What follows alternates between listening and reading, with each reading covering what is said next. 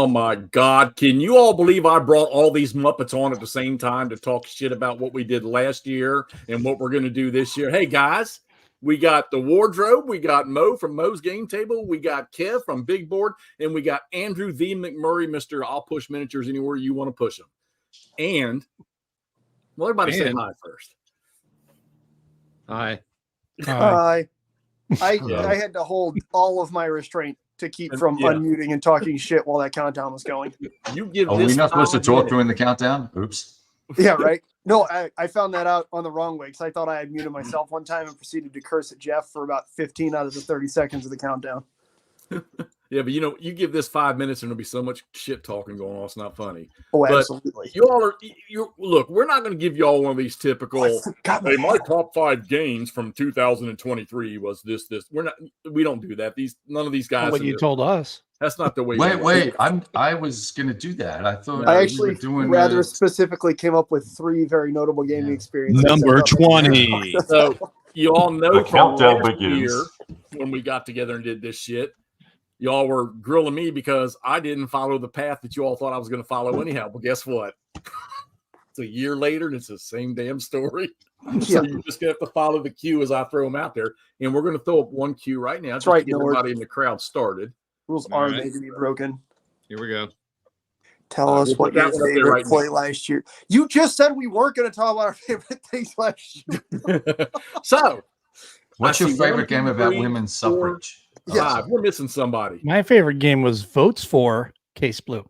Votes for Case Blue. Unfortunately, Jeff sold his Case Blues, so he no longer gets to vote. Oh, wait a minute. Who's this? Let me bring this guy in here. Y'all know this guy? Oh! Hey, God. Everybody in here tonight. Hey! What's up, gentlemen? What's going on? There's no gentleman here. Now, look. This is for the crowd. Hey, it's funny because I was texting with Mo before and I was trying not to say anything. I gotta go. You didn't let it up. This is not an interview for Herman. If he wants to spill the beans on anything he's doing or got going on, that's up to him. He's just one of us tonight. So we're going to grill him or he's going to badger us about what we did, what we didn't do. All right. What we're going to get tonight is going to force his way into the conversation. Well, and I should give everybody a mute button that they could push to get everybody else to shut the hell up. Whoa! Oh, wait a minute, Todd can do that now. I forgot. Oh, that's right. I can do that now. Yeah, we have this shared ability here now. But what we're going to do is, we're going to do a little reminiscing. Maybe what was good for us last year, what we played that was awesome. Maybe what we played or what event was bad, and maybe just a good point through the year. And I'm going to get it started so that everybody can just sort of follow suit. I'm going to start with something that I thought was just awesome for me last year. And it has nothing to do with me playing a game, all right? But it had a lot to do with me watching a bunch of other people play, and that was the little thing to Gettysburg where everybody got together and played Great Battles of the American Civil War. I met all of them. I met everybody. I met Stigler, who, if you meet Stigler in person, he is not the Stigler you see online. I'm going to tell you right now. He's not. He's like a big old teddy bear. So I don't believe that. But we had a good time up there. I met all the designers from the GBACW series, at least almost all of them. And let me tell you something. That's a good group. That is a really, really, really good group. Every one of them in that bunch of different. Dick Whitaker on down. And of course, right now I'm playing his first creation, the Into the Woods Shadow game.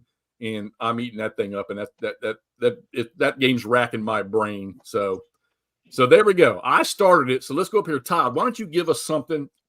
Give me an event for you last year that was just as really stays in your head. No, not that one. Not that one. I would say, not that one. I would say playing that GTS Greatest Day game with the group of guys from the secret private gaming society I belong to. And getting together with them in St. Louis and playing that playing it online and then playing for 2 or 3 days straight in St. Louis. It was really fun. And anyway, that'll lead to another favorite, but we'll probably talk about that later. But it was really fun getting to know those guys and playing that. So now this is the group this isn't the annual get together. Mm-hmm, it is. Oh, yeah, it's the one we're not invited to. The one that you and I are going to sit in lawn chairs outside and drink beer and wear tank tops. Hell yeah. We're going to have hookers at ours and blackjack. Shit, Kev will join us. He won't stay in there. Yeah, exactly. Totally. I'm a little bit of a rebate. I'm kind of on the what the ending list. So who knows? Yeah, I want to get in there, but I got to find a reason to come out to St. Louis. You know, these guys won't invite me. I told them, I said, the only way they're going to get me out there is if they come out here and somebody drives The out. couch you can sleep on is right there.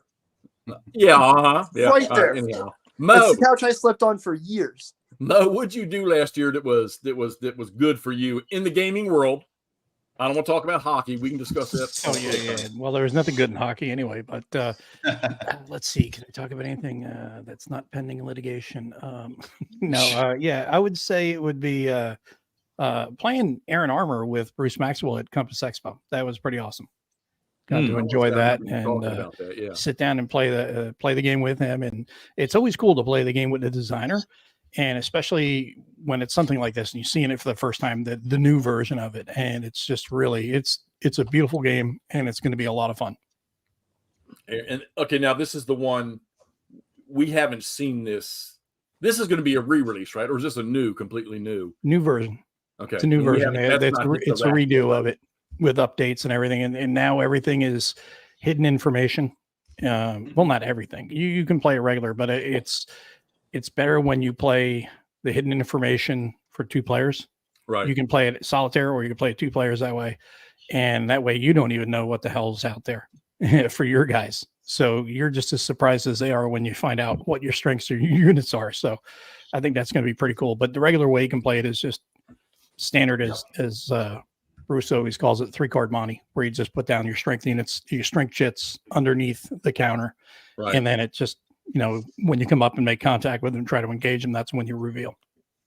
Okay. Well, this is kind of like the old, what's it like? Is it, I mean, when you're talking the strength underneath, is this kind of similar to the Victory in the West type stuff? It's really, you have 9 steps or 9 strength points per unit. You have 3 counters. So when you put the 3 counters out there for whatever unit, you can have 3 point or 3 strength units. You can have a 5 and a 4 and a 0. You can have all 9, 9 under 1 and then 2 blanks. And the only way to find out is for those units to go out there and try to engage them. They've got to go out and hunt them. And then it reveals. So if you can draw guys off and you take all 9 of your strength counters and, you move strength points and you move them up through the middle or something like that, now they're in trouble because they've spread out their forces to try to figure out where you are. So I think that's kind of neat. And what company is this going to be published under? Compass is doing Compass. That. Okay. Yeah, I've bought Compass a lot. That one you showed the other day, the finished one, that looks so good. Yeah. Finish expansion. Yeah. Oh yeah. Kev, how about you, man? What was a good mark last year for you? What about Herman? I know we're going to let Herman warm up. Well, I can tell you. Trying to get him to spill the beans on some stuff. Yeah, don't give him any special treatment. Make him go. You want me to go? Yeah, go ahead. Fire away. Yeah. I seriously, bottom of the heart, I really feel like the Charlie's Award for women. No, sorry. What I enjoyed the most was winning in magnificent style is what really did it for you because you got to keep the lost cause alive. Kept the loss. Oh, well, that was another highlight. Oh God, please don't start. Your playthrough of that was the highlight of Jeff's gaming experience. Yeah, I got. I'm still banned from BGG for that whole exercise. I almost got banned too. Yeah, I know, it's funny. No, my highlight actually into some dumb shit. I'm telling you. I had like 3 burner accounts get banned and the post removed. It's when you work midnight. It's really boring at like 3 a.m.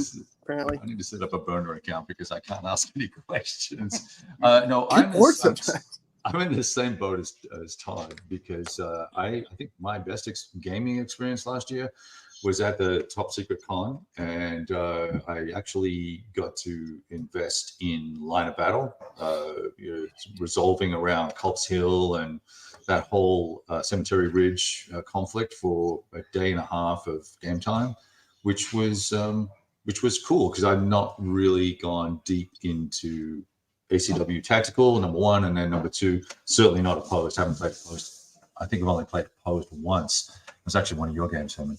But with Pete Attack. But yeah, that was my highlight of gaming for sure. And I'm glad you mentioned Line of Battle because we're going to come full circle back to that on the other end of the spectrum with me later. You have some spectrum. How about you, buddy? I'm still giggling about Jeff on the spectrum. So I had a good time with, a lot of things actually. Gotta pick one. Yeah, I do. You get a chance to spill the beans on some other things here in a minute. Memorable gaming experiences playing, not Star Wars Stalingrad, because we wound up doing that at Todd's house playing Battle of the Bulge. Freezing our asses off in my garage was pretty entertaining. Yeah, that was We've done Stalingrad the same damn way, but you did. No, because when we did Stalingrad, it was legitimately like 2 degrees Fahrenheit. Yeah. And fucking absurd. Spit goes dunk at that temperature. Hard pass. All right, well, that's cool. All right, Herm. That's Here we called go. immersive gaming. Why right were you there. playing in the garage? Because it's Battle of the Bulge, so it's got to be cold, right? Oh, okay. I see. Oh, you're getting full immersion. Sheer human stupidity. No excuse other than stupidity. Now, knowing Herm that Herm and I thought he really doesn't get the chance to play as much as probably the rest. Yeah, of that's us what I do, was but- going to say. So I don't really get a chance to play very much. I have a small local gaming group. We meet on Sundays for a few hours at the local gaming club. So you can't really get into any big war games there. Yet, what I remember is actually a guy brought down Great War, which is the World War I version of Combat Commander, and we played that for like 3 weeks in a row. And it reminded me why I love Combat Commander so much. I had been away from it for a while, but every time somebody interviews me and says, "Well, what's the one GMT game that really, you really stuck with, that really influenced you and that you liked?" And it was always Combat Commander. And oddly enough, I just bought from Noble Knight. I bought Combat Commander 4th printing, the regular Europe one, the base game, which I hadn't owned for many, many years. But playing that World War I version kind of reminded me how much I love that system and how much I enjoyed that game. That game taught me that chaos can not only be more fun in gaming, but more realistic in a lot of ways. This I love that game. This is a good mix here in this group because we've got people that like Westfront.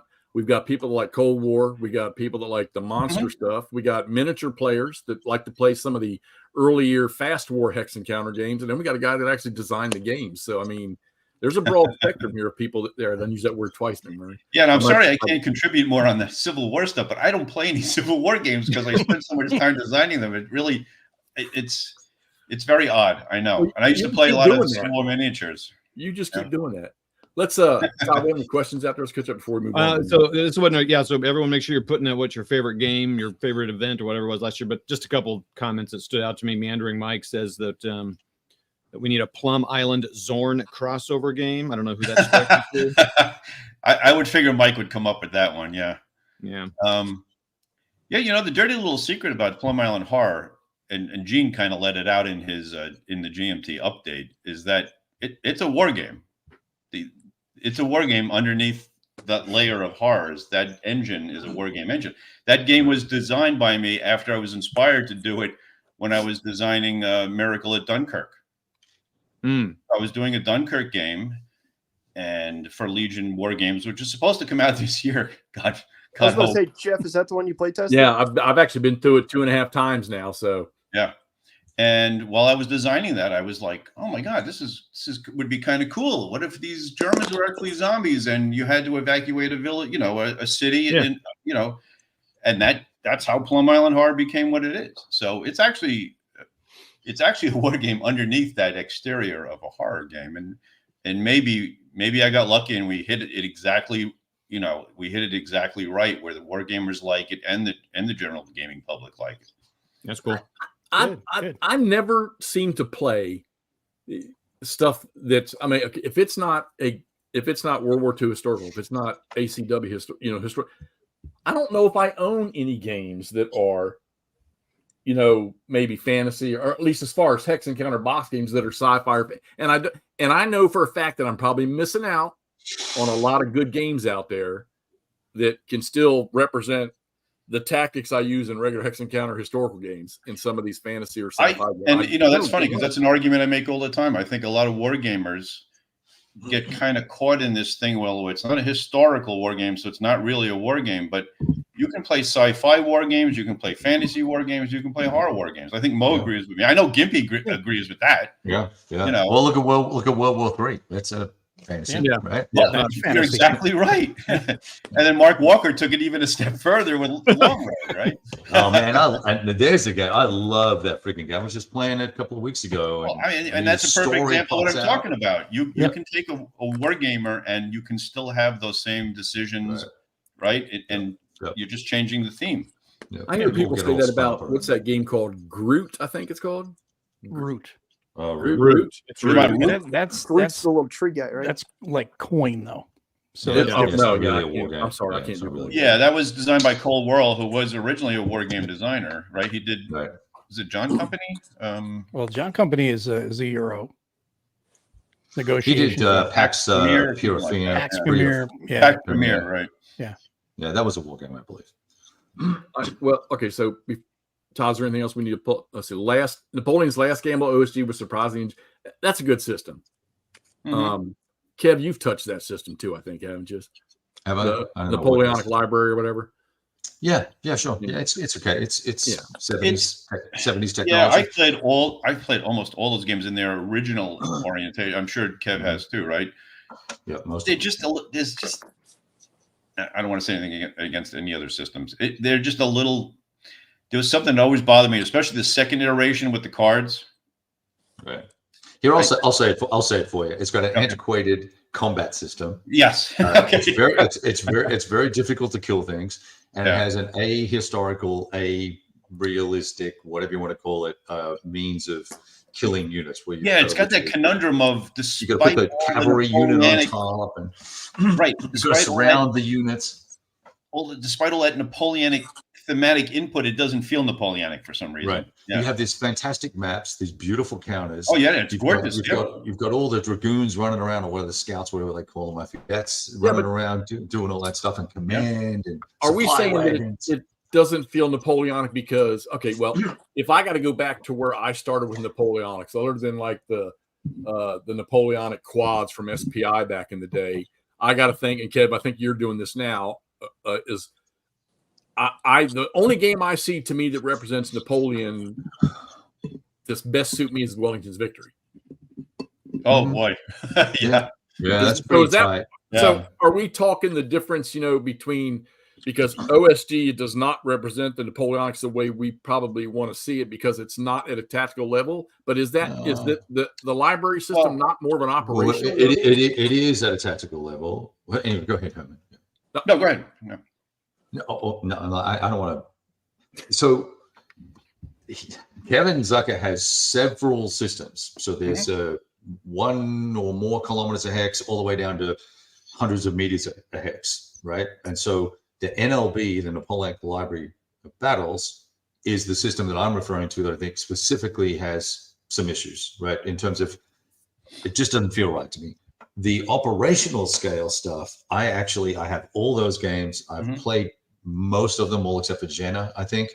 However you say that, Jena. But yeah, that as well. Jena. Yeah, Jena, and gonna do it that way at all. But those games are great. I love those games. So you know what you just mentioned, the quad, Jeff? That's the system. It's the same system as Napoleonic's quad from SPI. It's basically the same designer. Right. Well, okay, so I've played one. Todd's played one. And matter of fact, Todd sent me his copy of the one he played, which was the sort of the learner intro one in France. And I've had some people send me a couple. And I do want to play them again. So you're right there. They're good looking games. I mean, sometimes that makes me put it on the table just because it's so good looking. Yep. Okay. So before we go down that thing that's on the banner right there, I want to go back one more time. So, because I wanted to do this anyhow, but so we just talked about maybe good moments in last year, but now what I'm going to talk about is, can you pinpoint one game that you played last year that just was awesome, that you could potentially say that was the most fun or enjoyable game that I played? And I'll boot it to start. And mine was, which it's not out there yet, it's going to be, is Glory and Empire's first victories, the one coming from Lock and Load. Oh yeah. Is that their Napoleonic one that you loved? Yeah, that one that I test played. I really thoroughly enjoyed that game. So there's mine, and I can't wait for that thing to hit the shelves for everybody, because I know there's a lot of people waiting on it, and it's going to be stellar. So, all right, how about the rest of y'all? Andrew, how about you, buddy? What are you looking for in this or last year that was really just a good game for you? Wait, And yours that can be sticks anything. out Is fantastic. Yeah. Oh, I was looking at the banner. Sticks out as fantastic. You guys know I like playing local history. Thunder in the Ozarks, or Thunder at Dawn. There you go. Thunder at Dawn. I'm telling you, That's you a don't get to hear well-made- Herm, but he freaking Correct. Well, he fills my ears with this stuff about the blind swords, and he's got. I Go ahead and watched tell the him show. what's I set up watched right the now. show. Oh, This I silly watched the bastard show will with him play playing. with me. Sure. but no, it's the only other games that I can find that I really have a desire to play that cover Wilson's Creek or anything remotely Missouri Theater Campaign are. And I understand what Jeff, is there a GBACW Wilson's Creek Coming. Okay, never mind then. I think There's the another original, that's- the old one from SPI, but there's a new version coming. Okay, there you go. But that one again, that's a little hefty. The folio game, not a thing. There's a mini folio. It might be the folio might be P Ridge. The mini folio might be not a thing. Outstanding. Had a blast. Yeah, I think the second the second folio series they did, right? The revamped ones. I think there was a P Ridge in there. Yeah, there's a P Ridge in there, but I mean, I think the Wilson's Creek, I think is a mini folio. Oh, okay. Yeah, that's right. They but did yeah, so that's probably the. Well, the one thing about their minis too is they got a couple of battles in there that I don't think anybody's covered in any other game, like Chantilly. I don't think. Oh yeah, there's certainly some really interesting ones in there. Mm-hmm. And I've played a number of them, and I've had a good time playing a number of them. But I think I've played through Wilson's Creek 2-3 times now in that series, and it doesn't do it for me. Right. Now, everybody out there in Chatland, look, we're watching the chat. I apologize if we don't get to bring up a lot of what y'all are asking, but we're just trying to. I don't want to keep these guys here till midnight on a work night. And, that also, to echo Nanguea, it is encouraging to see the comments on the YouTube videos. Yeah. Thank you very much, Nanguea. Awesome. I appreciate the comment. I do try to stay interactive with the fan base. Sometimes it's hard, especially with rules questions, because I usually can't answer the rules questions anymore. Yeah, I can It's imagine. the Right? first dozen or so games that might trip you up. Jesus. Gee, Todd, we should post our GCADCW Vassal play the other night for rules issues. GCABCW. Who the hell's going to answer No, those what questions? did you? What game really hit you last year that was just really strong for you? It's a little older. I mean, it's from the year previous, but I didn't play it till last year. And Kev already mentioned it. It was the Long Road. Shit. I Because knew we this actually was coming. played that. We played that online, and we had a blast. It was me, Yeah. Kev, Gimpy, and Mark joined us. Yeah, I remember watching that. That was fun. So much fun. I mean, that it moves quick, but it's not just that. Really, it was just the whole the vibe of the game was great, but it was a vibe in the I don't want to say the room because it was Vassal and we were playing online, but it was the type of game that that you can sit down with your friends and just laugh your ass off while you're blowing each other up. And I thought it was so much fun because of that. And then you add in werewolves and vampires and shit. It just makes it that much better. And that is, if you guys have not played that, you really owe it to yourselves to check it out. And if you can get a copy of it, definitely do. Yeah. Yeah, well, something about you all throw zombies and werewolves into stuff and tanks. Geez, how can you go wrong, right? Well, you get the best of both worlds. You can have World War III, just straight up World War III with no supernatural aspects, or you can play with the supernatural and it's actually a story. So I think you get the best of both worlds there, and you can't lose. Well, you all did have fun with it. I watched a lot of the clips from y'all. Y'all were cutting up and laughing. I heard if you had something you played last year, is there anything that sticks in the back of your head that was just really exciting? Yeah, I'll tell you one, and I'll go with the simpler games, of course. But Quartermaster General 1914. Okay. Now I know a lot of people, that game, the 1914 game particularly. All right, the World War II game's okay, but the World War I game is really well designed. Really? And it's got this very simple mechanic where you save cards by putting them face down, and it very nicely simulates you building trenches or building for an offensive, because there's little symbols on the bottom of the cards. When you put them face down, you're saving it for a future turn, and you're building these things up, and the other guys are building things. It's an ingenious system. That's I think it's Ian Brody designed that system, that series, but the World War I version, 1914, is fantastic. I'm going to comment here on Mark Gauthier. He posted, he was talking about Death Valley.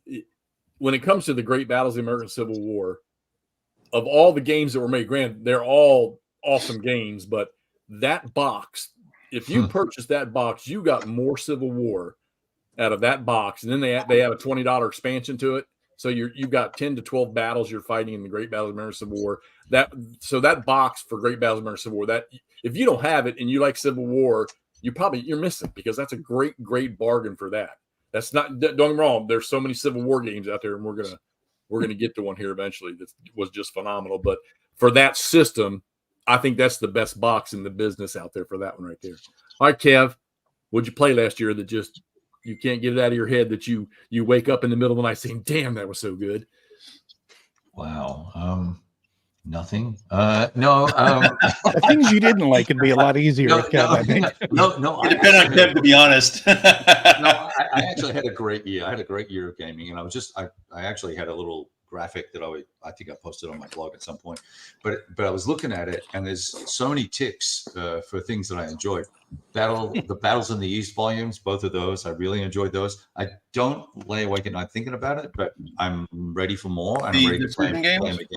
Battles and decision games, yeah. First time I've enjoyed a decision games game. You know, the only thing that kept me from picking those up at Origins was the price. They were $100 a piece, I think. Right? Same way, Herman. I'm in the same boat. I won them, but $100 I didn't. I was just like, it was just prohibitive, and they look so interesting. Yeah. But big counters, big hexes, mounted maps, nice. So there's that. Goose Green, I really enjoyed my experience with that. Seeing a modern version of the TCS tactical combat system. Despite playing it 3 times and really kind of coming away from GTS thinking, I'm not sure. I really liked Counter-Strike. I thought that was awesome. I played a bunch of the Long Road. I played a bunch of Lock and Load Tactical. Deadly Northern Lights was awesome. I had a great experience. I played a smaller scenario of that, not the whole thing. I had a lot of really good experiences. The Killing Ground, I got to touch that a little bit as well. So that's a big, New England simulations game. So I enjoyed that system. I'd never played that before. I managed to score a cheap copy, not. So I had a great year. But nothing that I would lay awake at night going, hey, I'm thinking about other things at nighttime, buddy. There you go. Overlord and There you go. Got both. Yeah. Yeah, I got both of those. They're beautiful.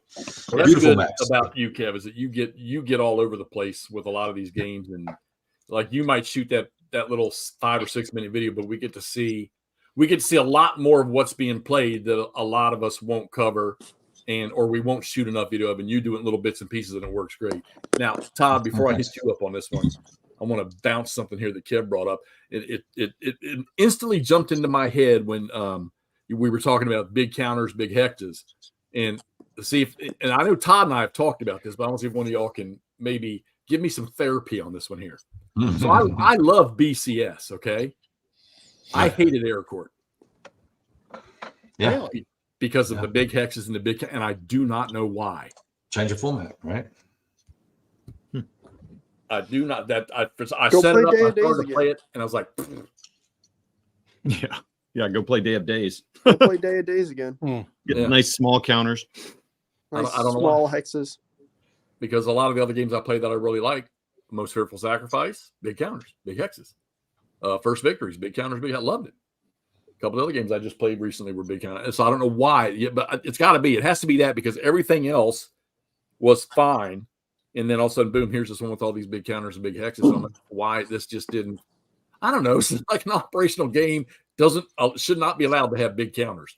So, right. I don't know why. Well, what about Salerno 43? Wasn't that big hexes, big counters as well? I think it was. Bigger ones, 5/8 or something. 5/8, yeah.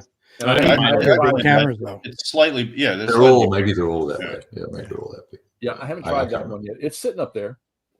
I doubt I'll ever play it. North Africa 41 sitting up there too. Dude, it's a if you want to play that, whatever you want to call it, Zokbon it's a Mitch thing.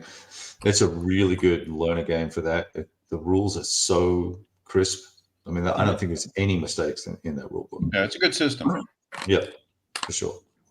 All right, Todd. Not as good as your stuff, buddy. But All right, It's okay.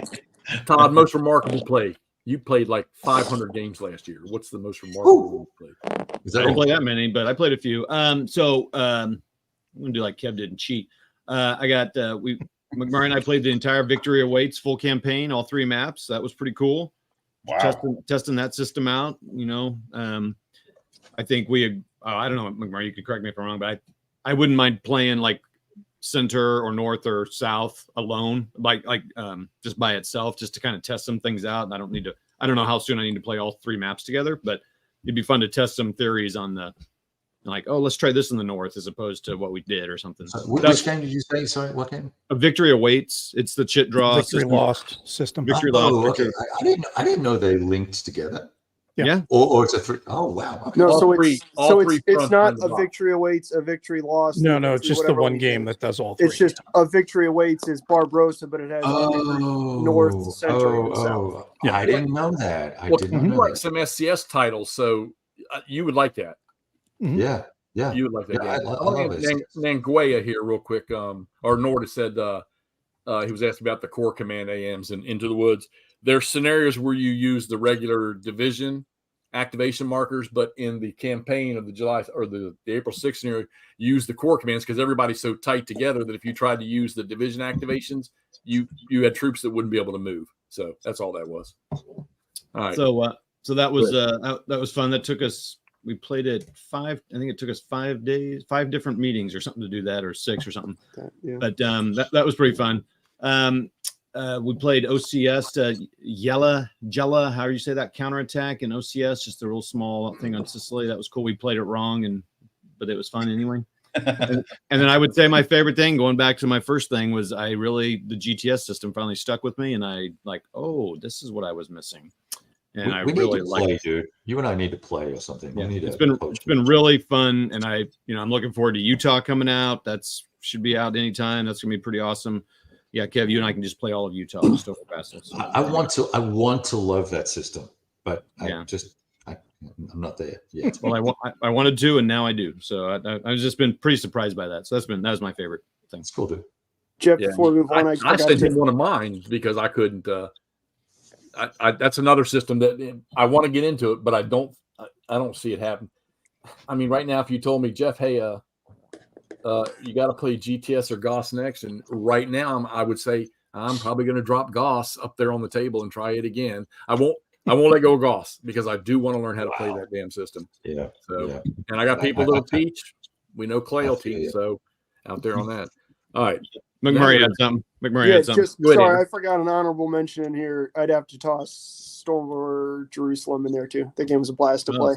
Oh yeah, you That was like that. fantastic. Now, Andrew tears through these guys. I'm telling you. So now his shift has switched, but he used to be a night shift police officer. Now he's day shift. But so that mug was up all night long when we were all in bed, and he would set games up, and I'd have 4 videos waiting on Facebook. Game over by the next morning that I have to post somewhere. Yeah, because those little he tears through 2-minute. them. I 2-minute can't do clips. that. I wish I could, but I cannot. I have.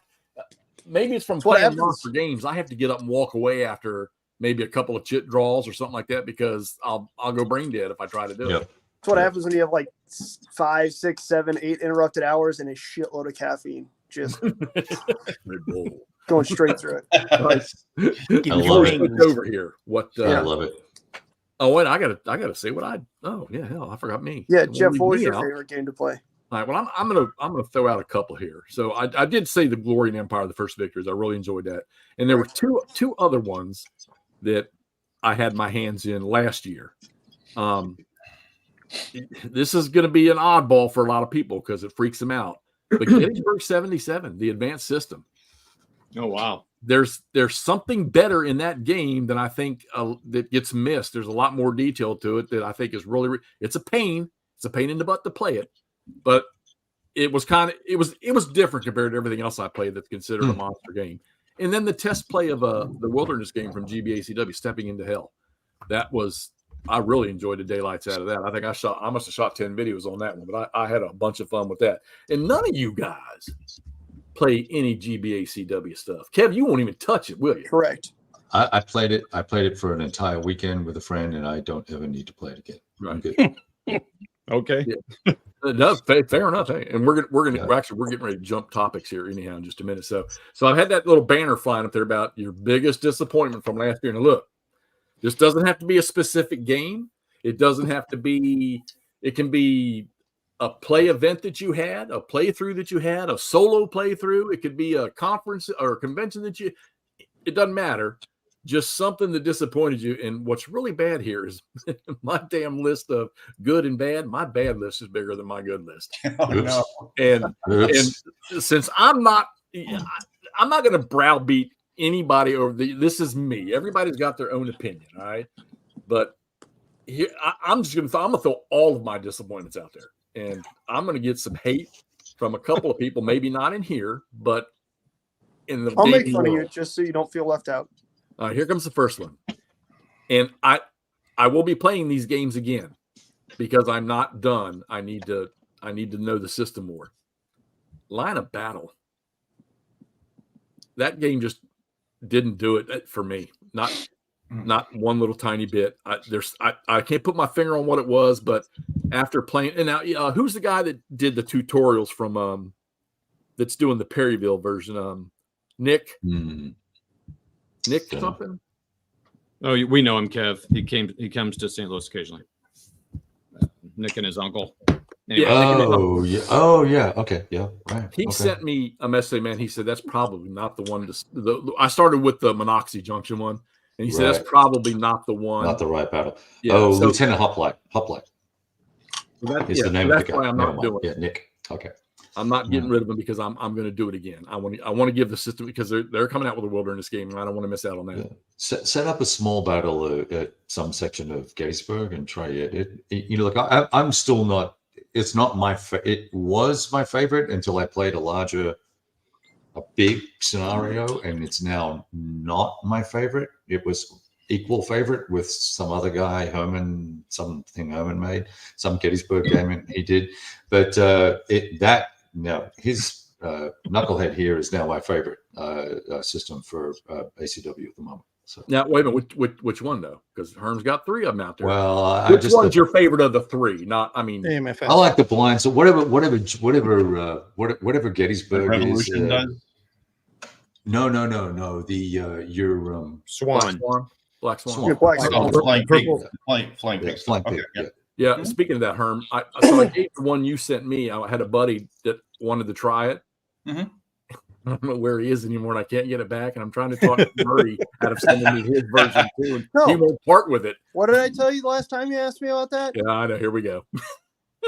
Not gonna happen. All right, here we go. I didn't What play else? enough starter kit last year. Oh yeah. All right.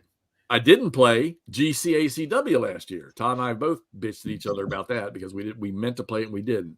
Can I comment real quick before you Go move ahead, on? by all means. Well, so I'm looking at my list of games I played. I did play with my very, very best gaming buddy Bruce here in St. Louis a game of in the wilderness of GCACW. So, and it was one of my best gaming experiences ever. Oh, so yeah, I cheated on you. Manny Mike, Tattered Flags. Herm, that's your game? So Tattered Flags is technically the very first game I designed for Victory Point Games. It was actually called Gettysburg the Wheat Field, but the series was called Tattered Flags. Right. Oh, I have that. right. I love that. It was supposed to be a series. What happened to that? Because I can tell you, Ryan Heilman and I are working on the new version, so it's going to come out with Blue Panther. So I enjoyed the crap out of that. So that was like playing miniatures for me. Well, that's what. So it was designed because that was my miniatures game that I designed. Okay. Now you got McMurray. Yeah, It was never published. And then Alan Emmerich said to me, we were talking about System 7 Napoleonics. I don't know if you guys remember System 7 Napoleonics back in the 80s, right?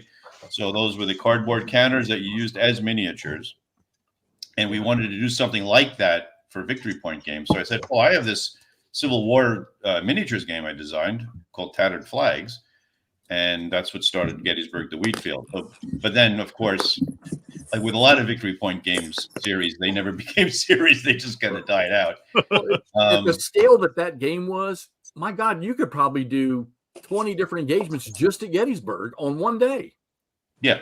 With that little system. Yeah. So the one that we're working on now for Blue Panther extends it a little bit out to Hoops Ridge. So you'll get that flank in there. Right.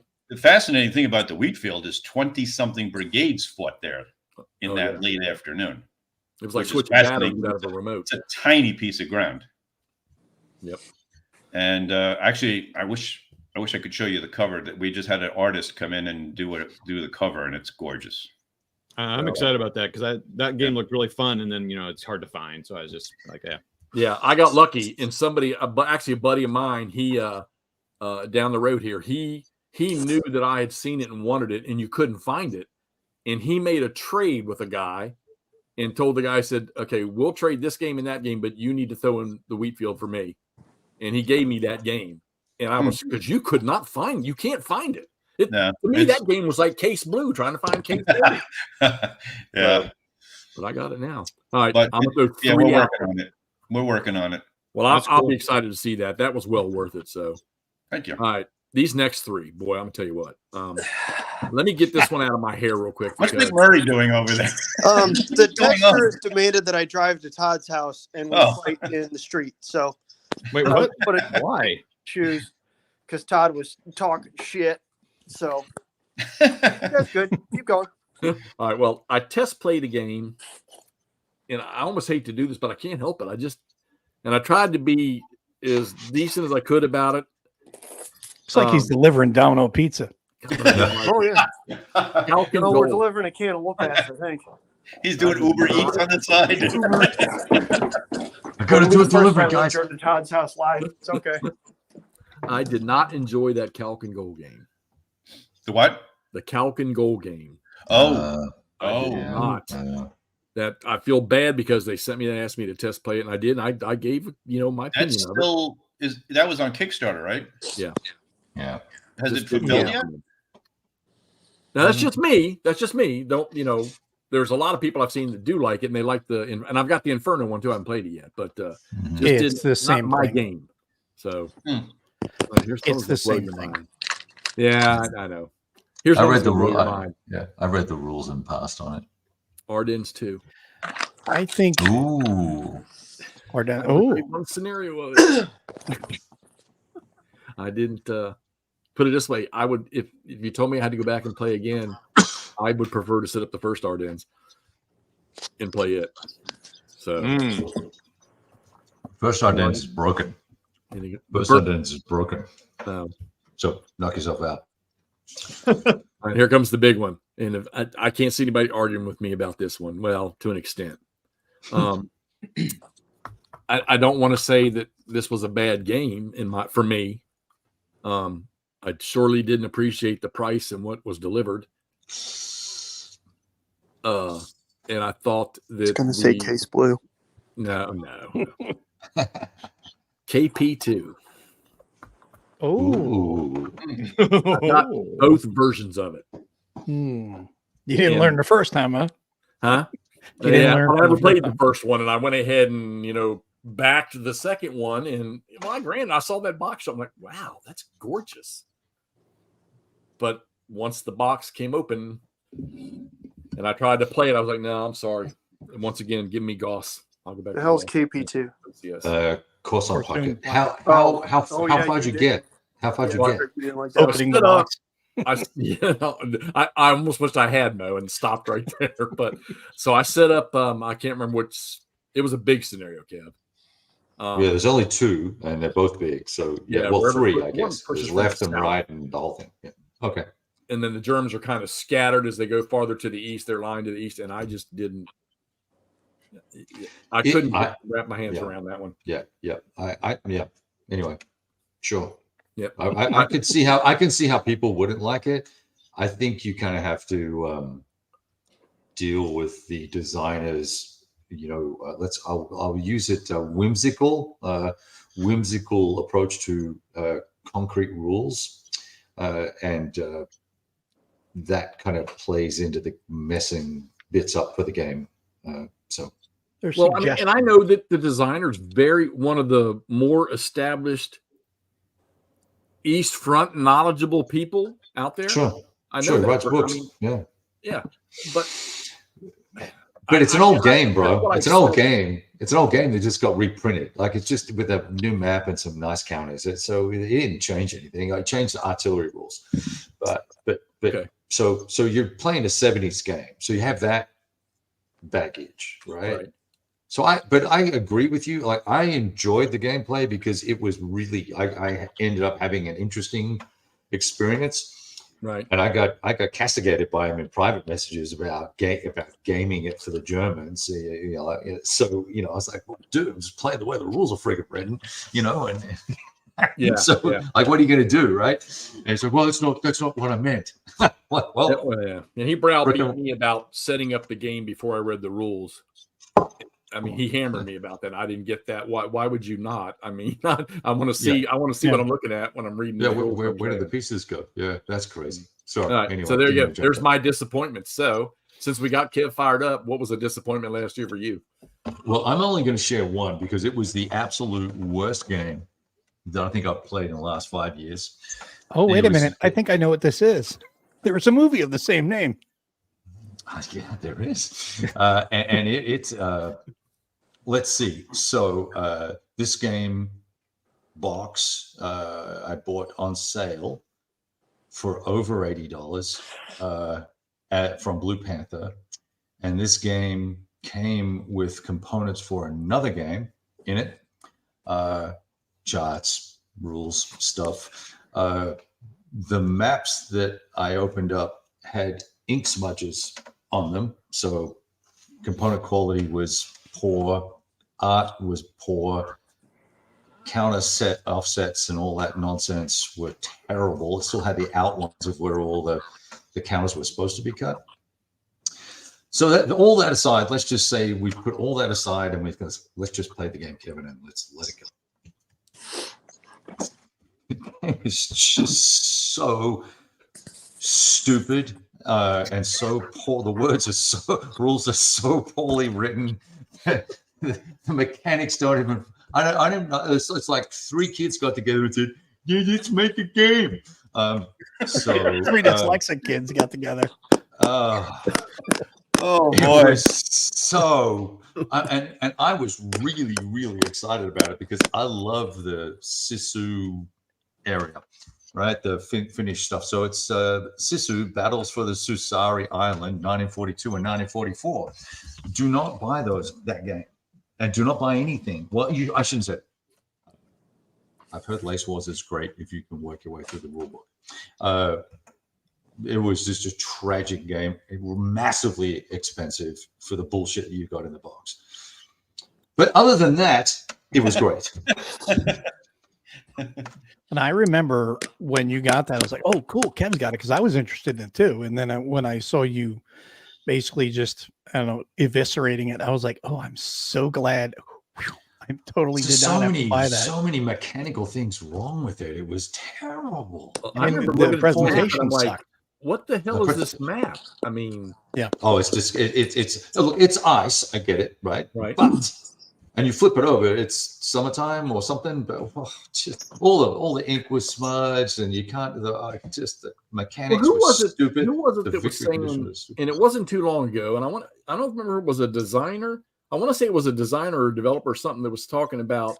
Hell, Herman, it may have been you. I don't know, but that even though we see in the games, you know, we list hexes, they're listed as clear terrain. There's actually stuff going on in those hexes.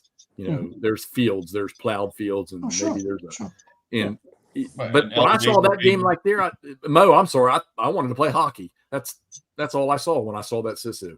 And you looks like come to think of it, I don't think any of the one or two or three whatever clips you shot, I don't there was no positive note other than you liked the title. Yeah, I mean, I really tried. I played all the way through the end. The victory conditions are just a mess. It's a complete grade A bullshit is what it was. Right. So I remember watching when you did that video on it. I was watching it on my TV and lights were off. I'm watching it. My wife comes in and she sits down. She starts talking to me while I'm watching. She goes, "What are you doing?" I said, "I'm watching one of Kev's videos about this game, Sisu, and we know some Finnish people." So she's like, "Oh, Sisu," because their dog is named Sisu. So she's like, "Oh, cool." So she starts paying attention to it. I get up to get a drink and I come back in. Not a word of a lie. She's like, "Oh my God, this game looks like shit. You didn't buy this, did you?" And I'm like, "No, why would you say it?" She goes, "Oh my God, Kev is totally ripping into this game. And he's right. That is just terrible." And she's like, "Rewind it." And she's pointing at the TV going, these counters don't look anything like the normal ones you get. This is, and how much was this game? And I was like, it was like $110 or something like that, or whatever it was. yeah. And she's like, "Oh my God, you really did not buy this game, did you?" I was like, no, I did not buy the game. I'm glad I didn't. But I thought that was hilarious that she even saw right away. Wow, this sucks. All right, well, Mo, yeah, that's a biased one. while you're on it, Mo, you're on a roll now. Look here. What stunk up the year last year for you? I'm with you on Freezing Inferno. As much as I'm kind of of two minds, Jekyll and Hyde on this. I think for like a newer gamer, it's good because it's very simple. It's beautiful. The game itself is beautiful. It's very simple and it's very balanced. For a war gamer, it's not going to be as enjoyable because it's a little too simplistic and it's kind of frustrating because when you're playing it, you're just like, okay, where's the meat? Yeah. It's basically just and stacking counters on top of counters for your hits. I mean, not your hits, your steps. It's just like, no, I'd rather have just a counter underneath it that tells me how many steps I got if I'm going to have that many steps, or just breakdown units because you're already having multiple counters. Why not just have breakdown units at that point? But I know what they're doing it for is to be able to spread things out and stuff. But I like what they're trying to do. And I respect it and I appreciate it. So in that regard, I give it a positive review. But from a wargamer perspective, if you played more than say a half dozen war games, no, you're going to be bored to tears.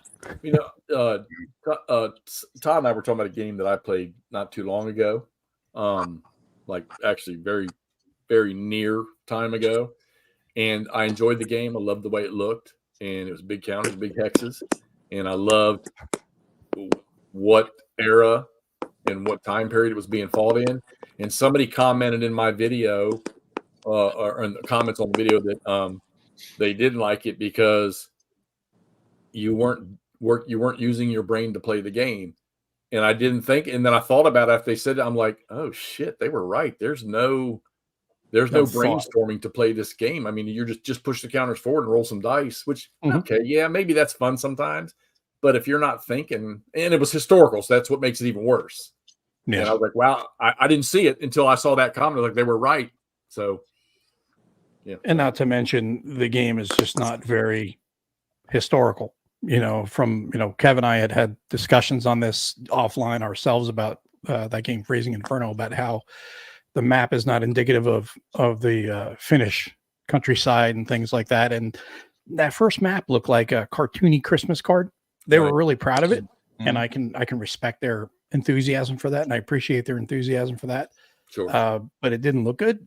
But the thing that I really did respect and where they really did score a lot of points with me is when I was talking to them about the concerns about it not looking like a war game map, they were like, well, what's the issue? And I gave him a really detailed explanation over multiple conversations. And the guy was quiet for a little while. And then he comes back and goes, how does this look? And he showed me that they had listened to what I said and actually reworked the map.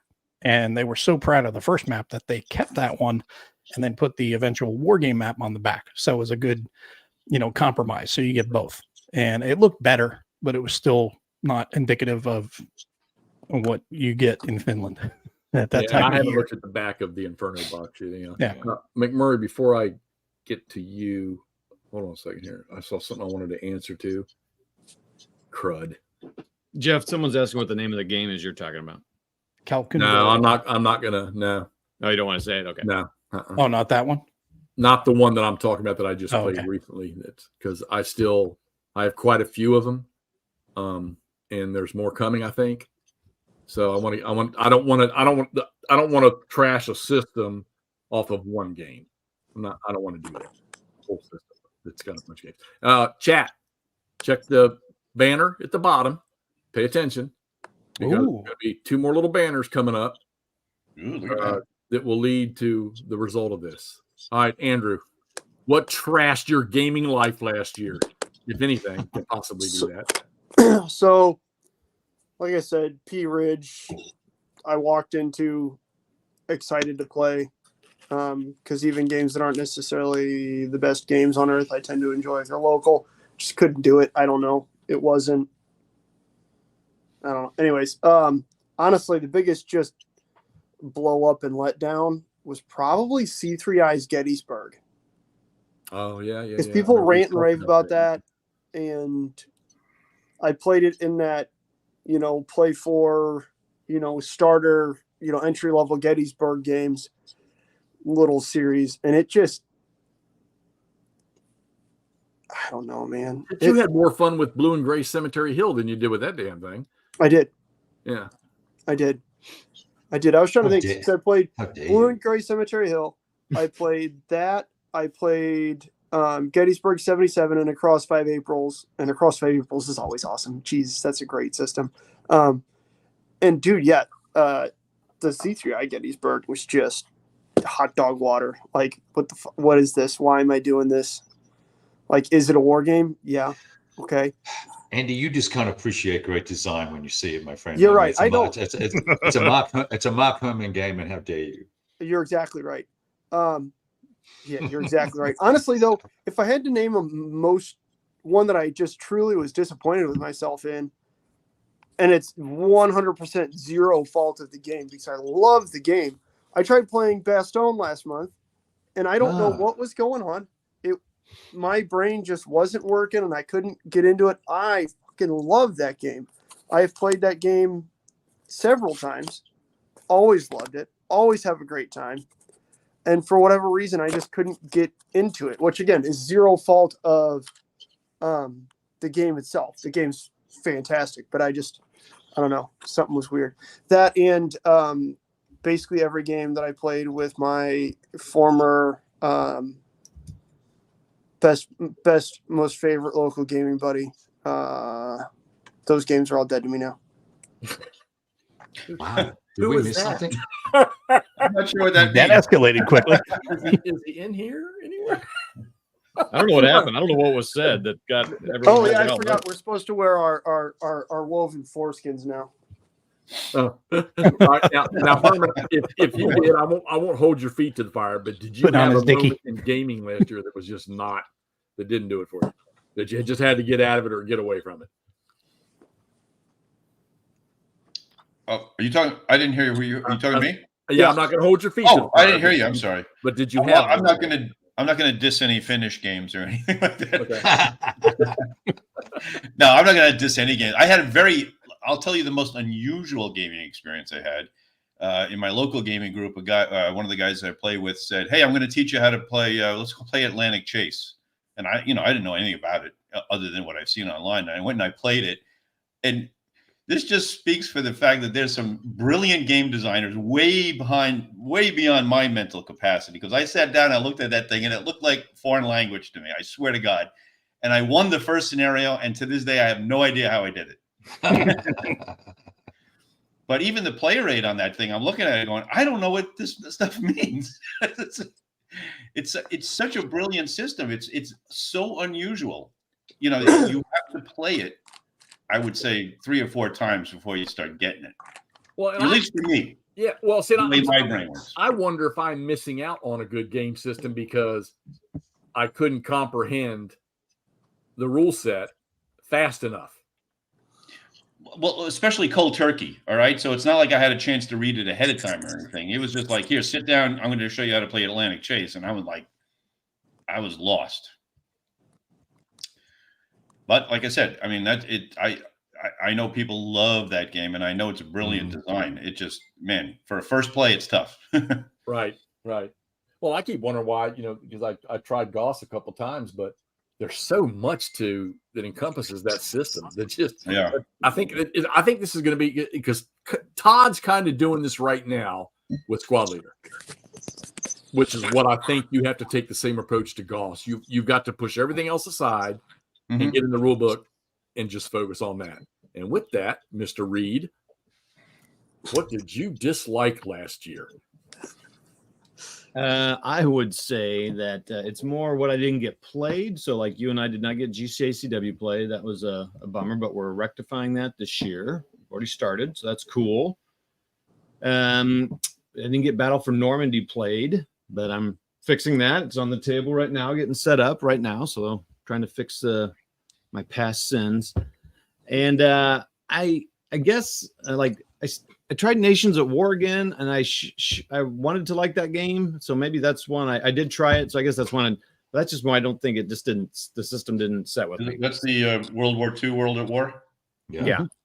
And I should like it. It's almost miniatures like with the dice with dice roll, and it's very, very easy, but that has some cool depth, but I just never could quite get into it. But that's just more of a disappointment. Like I didn't enjoy it because it's such an easy system to play as opposed to ASL. So it's nice to play that and just roll dice.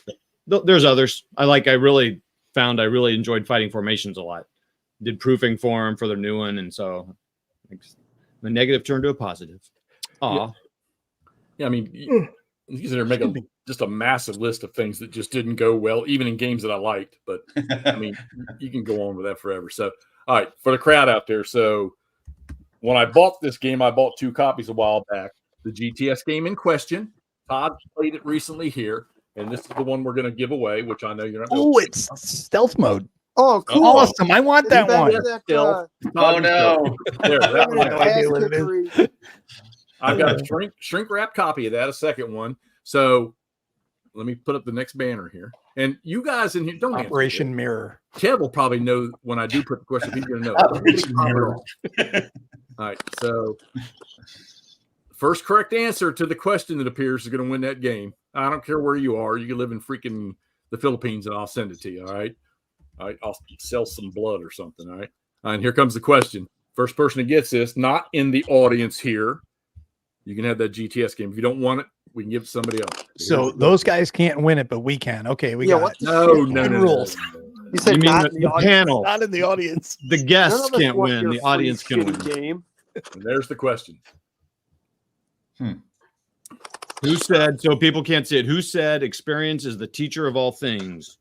Who said experience teacher is the teacher of all experience is the teacher And of all if Kev things? don't know it, I picked a good question.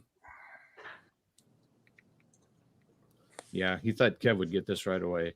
All right. Well, I was told not to say anything. You can't. Sounds like Mr. Miyagi. Aristotle. Meandering Mike said Aristotle. Stacking Limit said Mark Twain. Those are the first answers I'm seeing. Nordic Nordic says Kazar, whoever Kazar is. Like he meant Caesar. He fixed it. Oh, Jesus. John Haley gets it. You're right. It's a von Stinkelpinkle.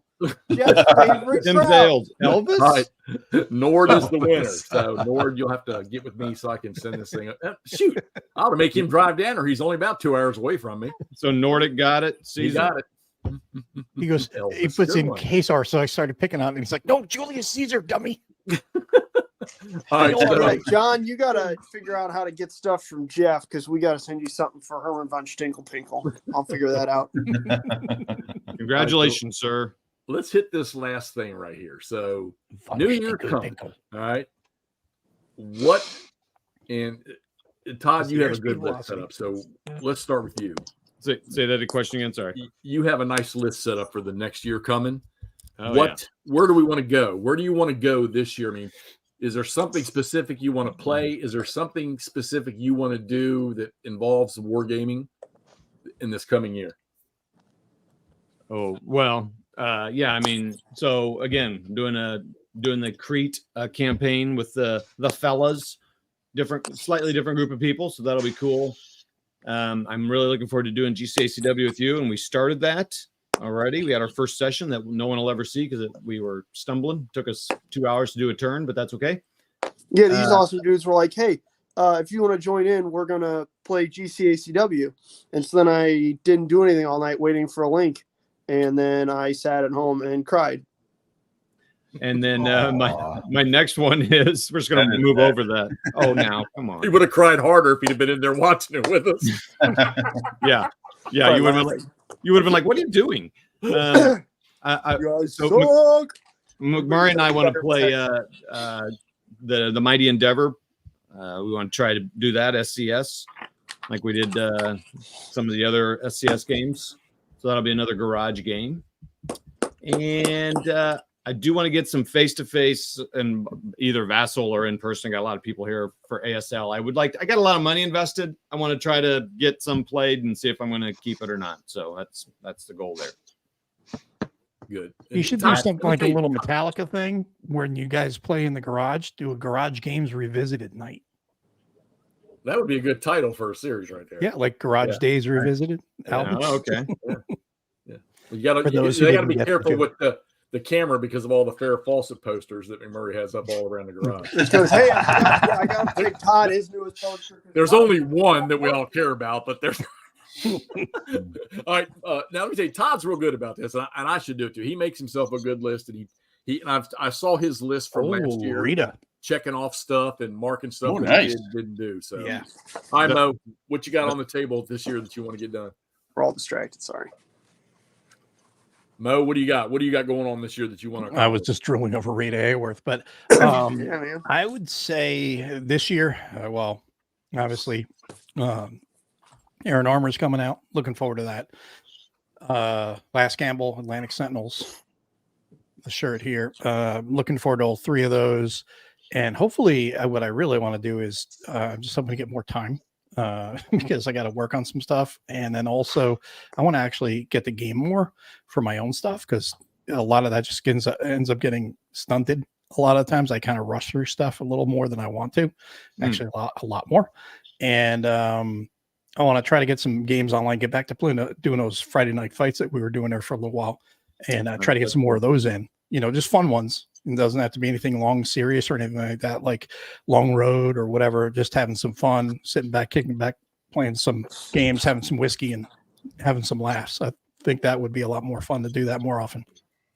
Cool. That's a good one. All right, McMurray, how about you? I've actually been thinking about this a fair amount. I know one thing you fucking better have on that list. Whoa.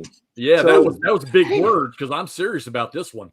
We've got I'm gonna get this table that I have right here completely cleared off so that when I feel like just playing something random and not committing to something that's a full day or a couple days, like if I want to play some of the smaller Bill Molyneux games, stuff like that, whether it's from his War of 1812 thing or the French and Indian War or Horns of the Buffalo up here, stuff like that, I can just drop down and play. I want to get through at least a little bit of SPI Dreadnought. I wish that in the Folio series they continued with I think it's Broadsides and Battle Wagons or something like that series where they did Cornell in the Falkland Islands as well as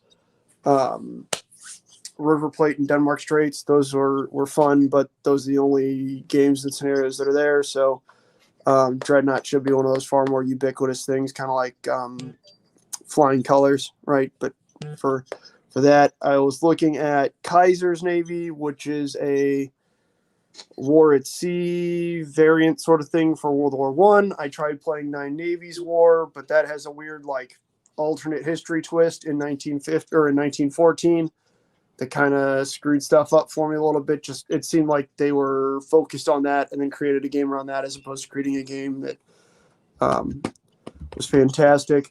I'm sure there'll be little things that pop out at me. I need to either play Victoria Cross or the 3W Rorke's Drift game that are sitting over here. Something tells me the 3W Rorke's Drift game, I might have to chunk down one of the smaller scenarios. I don't necessarily like doing that, but that's significantly more toothy than it appeared to be when I grabbed it.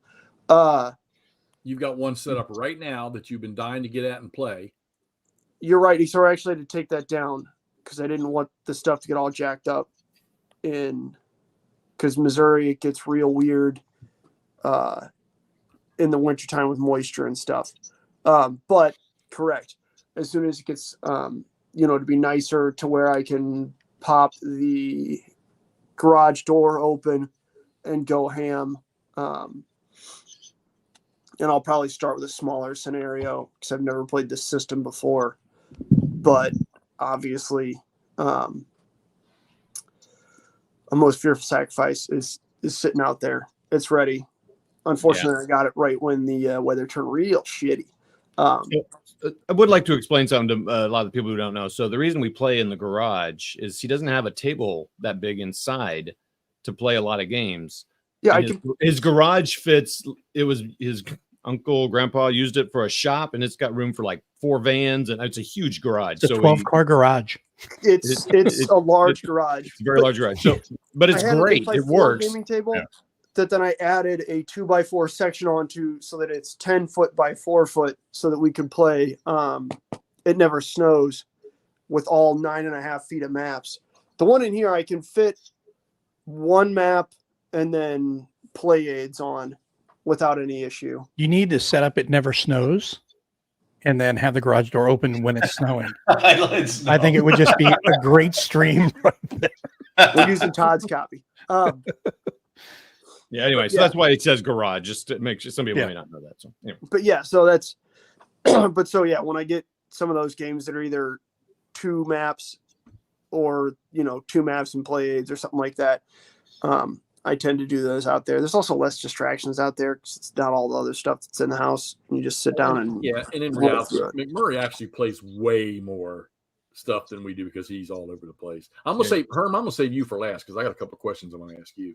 What else I was supposed to put on that damn list? Because I've been standing over here looking at this thing. No, the DoorDash order. The rest of Long Street Attacks, because my first scenario that I played out of there was fantastic, and I want to play the whole Dan the Man. The whole shebang. Yeah. Is that a garage game? Mega Rock. No, that should be a 1 mapper. Oh, okay. All right, Kev. We used to play in the garage all the time when we played miniatures. Oh yeah, that's why I built the garage, 8x4 out there to start with. Ping pong table. That's what it's for, right? Todd has the biggest video in the world on YouTube on ping pong tables. Oh yeah, he does, dude. Go check out the Todd A. Reed channel. That's got to be over 70,000 views by now. it did. All right, Kev, what are you going to do? What are you looking forward to this year coming? Ooh, so it really depends when I move into the new house. So let's say we get in sometime around February, end of February, then big board, big games. We'll be doing some monster stuff. I have not played really laid out all the maps for Sacred Oils. I'd like to get to that. I haven't laid out all the maps and played Herm's Most Fearful Sacrifice. Crimea just came in. That's a 1 mapper, so that's not a big deal. But I think the new ILAO from New England series or simulations, whatever they're called, I think that's multi-map. So I want to try and get as many multi-mappers out as I can and crank through longer games. I've got Third Winter here that I would love to, if not all of it, set up most of it. And then just got this in today, actually. I don't even know how big this is, but Star Roads. Nice. It may not even be 2 maps. Is that a derivative of Liberty Roads and correct? Okay. Yeah, I believe so. Anyway, it's got the same name thing, whatever you want to call it. So that sort of stuff. If we end up being stuck in this freaking smaller place, then we'll be doing 1 mappers for the rest of the year. Well, it sounds like it's coming along pretty good with the house, the way some of the stuff you've been putting up on there. I mean, we just put our bed together tonight. That was fairly entertaining. No one swore at anybody, so that was giggity. That is an improvement. Yeah, congrats on the house. It looks great. Yeah, man. I'm about to say, you guys joke about my garage being big. I'm pretty sure Kev's bathroom in that house is bigger than my garage. I don't know about that, man. It looks deceptively large, but it's not. Sprawling mesas. You got a range on property, the whole 9 yards, man. He puts fisheye lens on. Makes it look huge. It out. No, he does the exact opposite so that he can act modest for us. It's like when you were a little kid and you had those shitty binoculars and you turn them the opposite way and everything was smaller.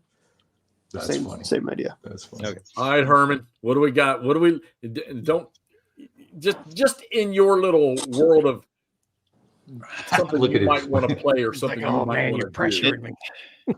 It's funny because I joke with people, but it's not a joke anymore that I work more now than I did when I worked for a living. 'Cause I don't get weekends off, and I don't get snow days off anymore. And we were just told today that we have to fast track the expansion for Plum Island Horror, so that's like on full tilt now.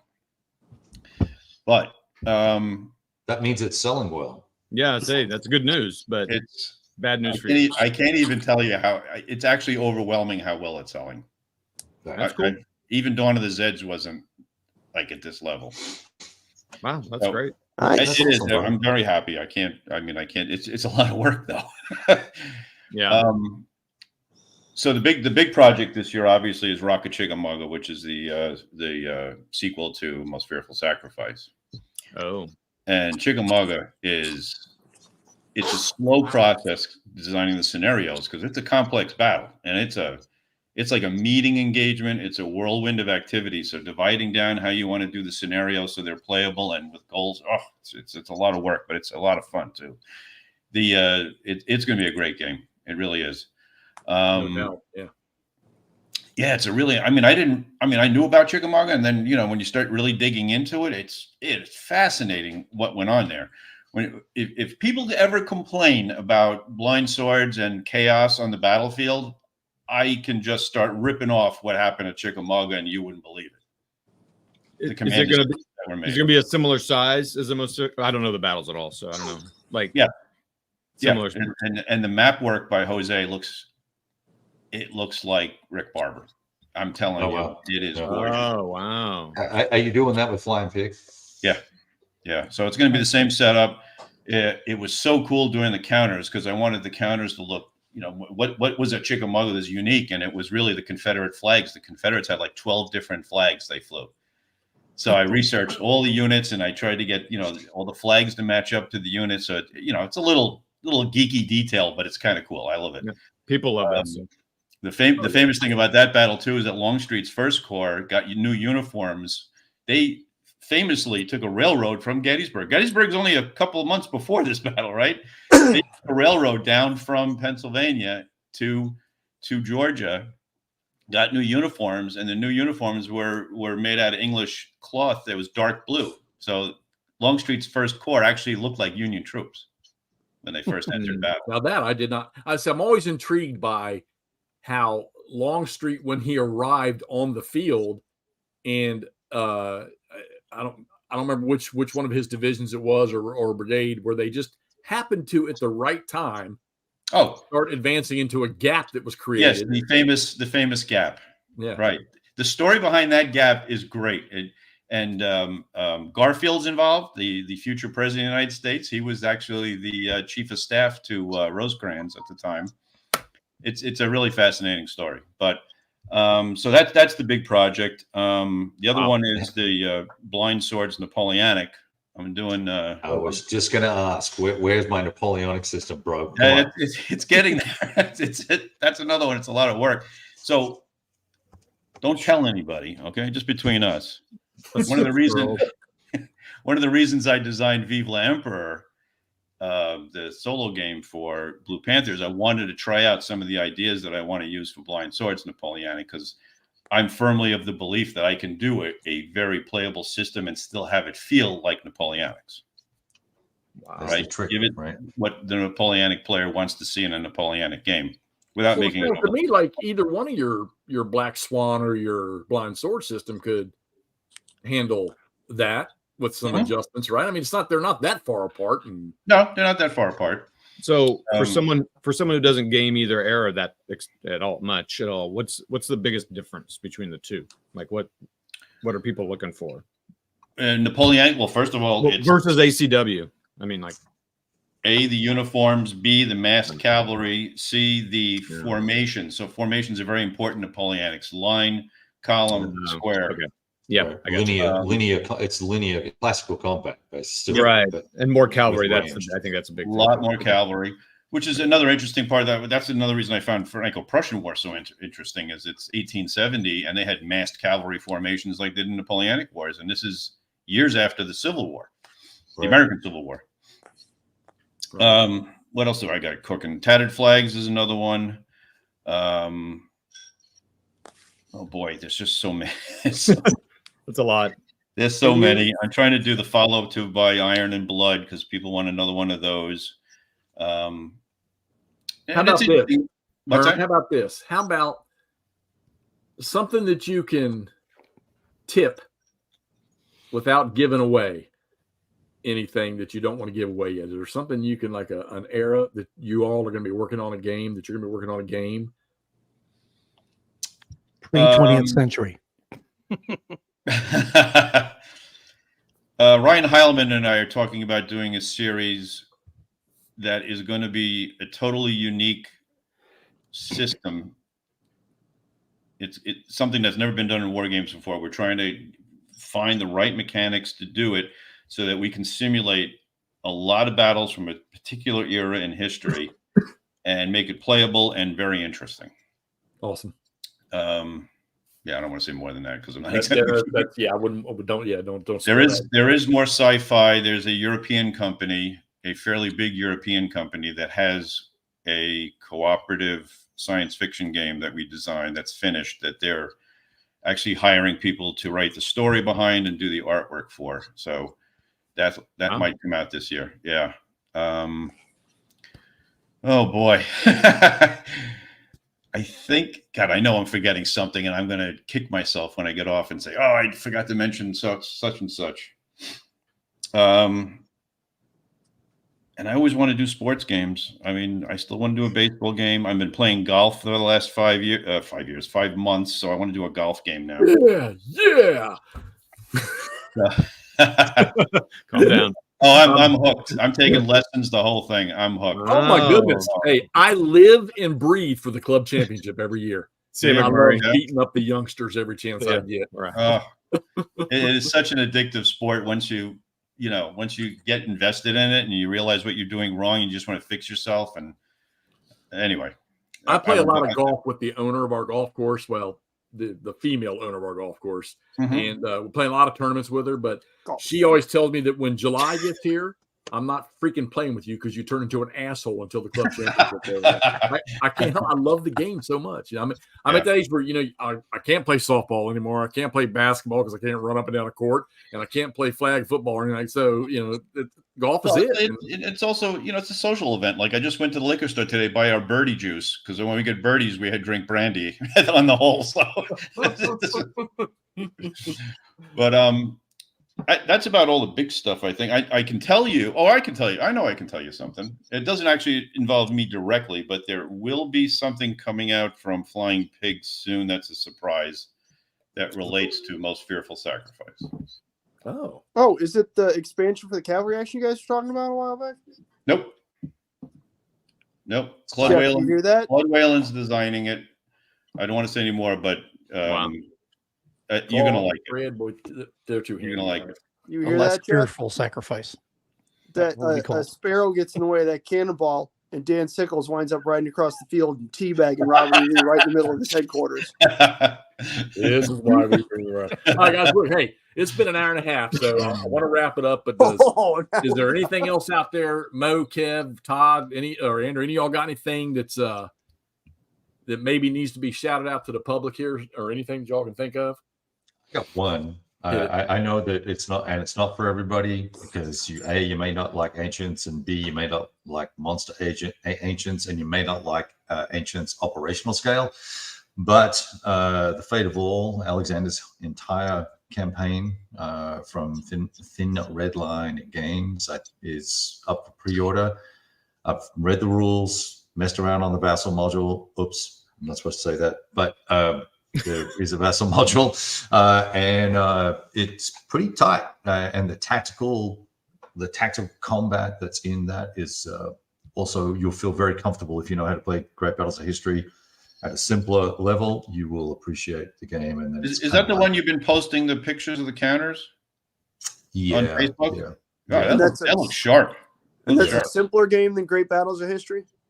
It's operational, so it's more like the Ancient Worlds series, so like Carthage and Rise of the Roman Empire. So you're moving dudes, armies around, and you got to forage and siege cities and stuff like that. And then when you have a battle, you drop down onto a battlefield.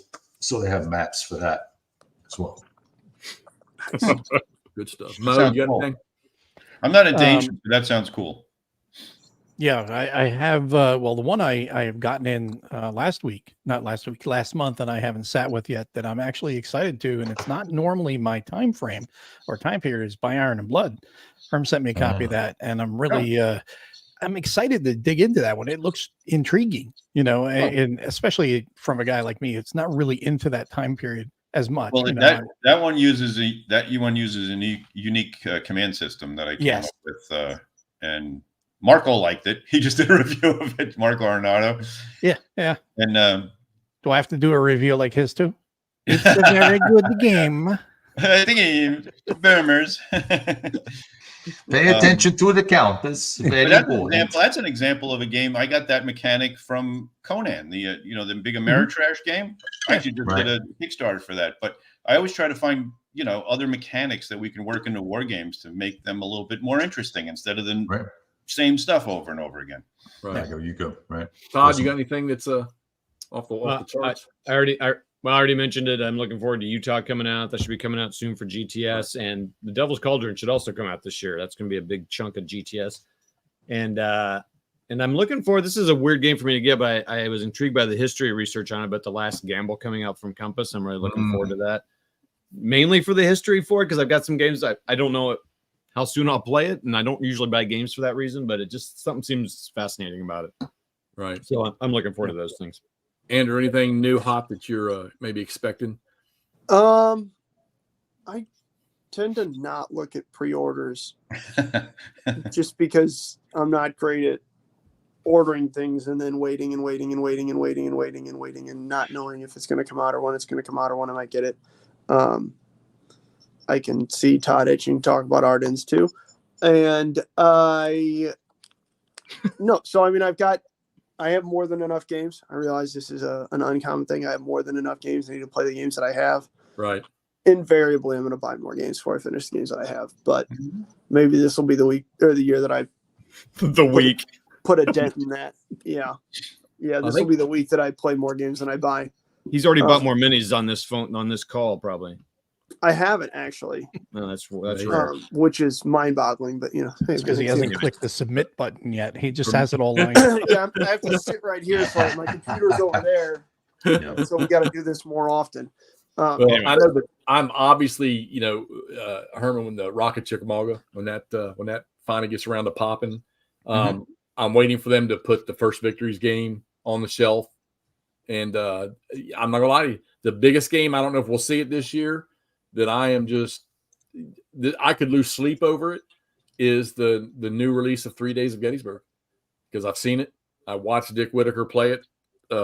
Well, they were up there for a whole week playing. I think he's still doing it with, of course, his buddies in the hospital, been in the hospital recently, but adding their cavalry vedettes and adding East Cavalry Field into that, and I saw that game. I saw that map. I saw the counters, and I mean, my God, I can't replay any more of the stepping into the wilderness because the guys, I think Dick Whitaker offered them a window to print it, and Al Smith and Dick Vollers, they were so adamant about this game being perfect because the wilderness is such another one of those, it's like Chickamauga, it's another those off the wall fights that they said no. So it's probably gonna be another year and a half for that game gets released. Well, they've changed it, a lot of it.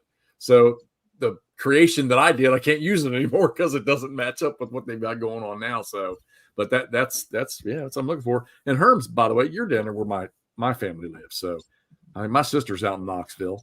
And my brother's down in really? Jonesboro, and I lived down in Jonesboro and Johnson City for a little while. So before I moved up here, but we're still digging out of being frozen for a week. We had 10 inches of snow, which is like a disaster down here. Oh my God, yeah. I left Tennessee because I thought it was too slow.